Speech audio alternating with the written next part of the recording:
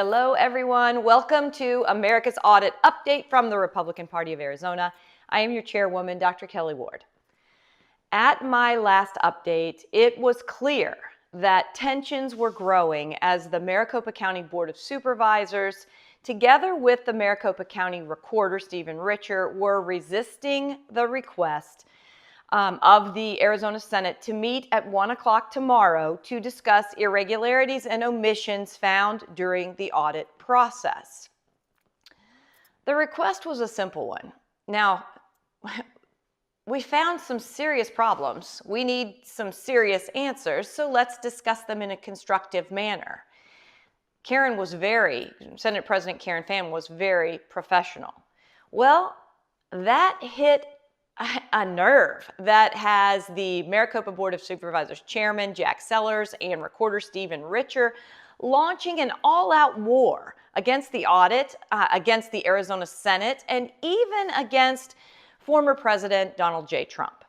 In a matter of days, their names are now in every news outlet in America as they do the Democrats' bidding in trying to undermine and stop the audit.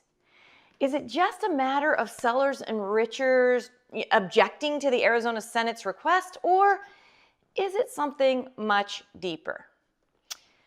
Well, let's look at a little history here because it's important. Let's be clear that the Maricopa County Board of Supervisors and their attorneys have fought from day one any attempt by anyone, including me on behalf of the Arizona Republican Party, to review, examine, test, or even question any portion of the results of the 2020 election process. Long before they started fighting the Arizona Senate, they characterized any attempt by Arizona voters to audit or hand count the ballots as fraudulent, irresponsible, and illegal. They said they've conducted their own audit and that nothing more is required. That is an outright lie. They fought hard against the Arizona Senate subpoenas requesting access to the ballots and the voting equipment. Under threat of arrest for ignoring the Senate subpoena, they asked for protection from the Arizona courts. Well, guess what? The courts sided with the Arizona Senate and its constitutional right and responsibility to review elections, the results, the processes, and everything in between. Even then, these elected officials fought back, and they refused to let Arizona election offices be used for the audit, that you couldn't go to the Maricopa County Tabulation Center. That resulted in the transport of ballots and equipment to the Veterans Memorial Coliseum.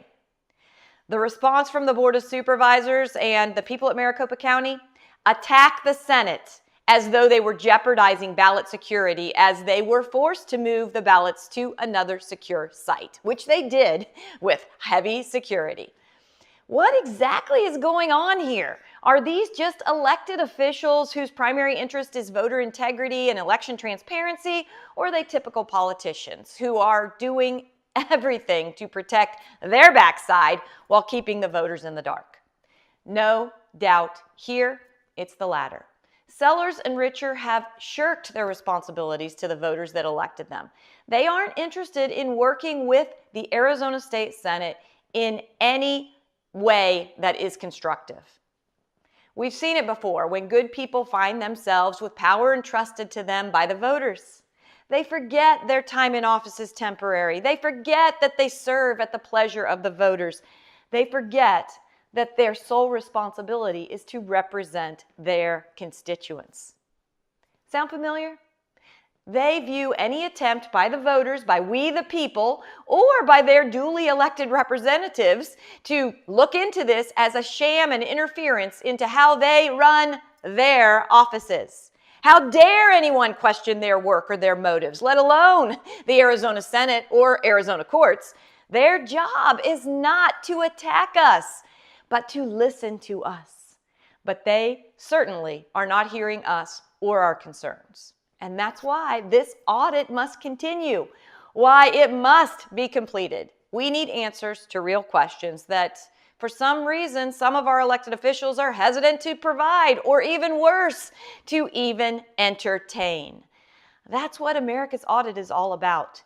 Answers to our questions. The pace of developments is going to be moving rapidly today, and of course, we will keep you updated as events unfold. If you want to tune in to the Board of Supervisors Dog and Pony Show today at 1 p.m. Arizona time, you can find links and info on how to do that on my social sites at Kelly Ward AZ, Kelly with an I. Thanks for tuning in. Don't forget, share this video and spread the word. Of course, if you can help us with a donation so that we can keep the pressure on, use the link below.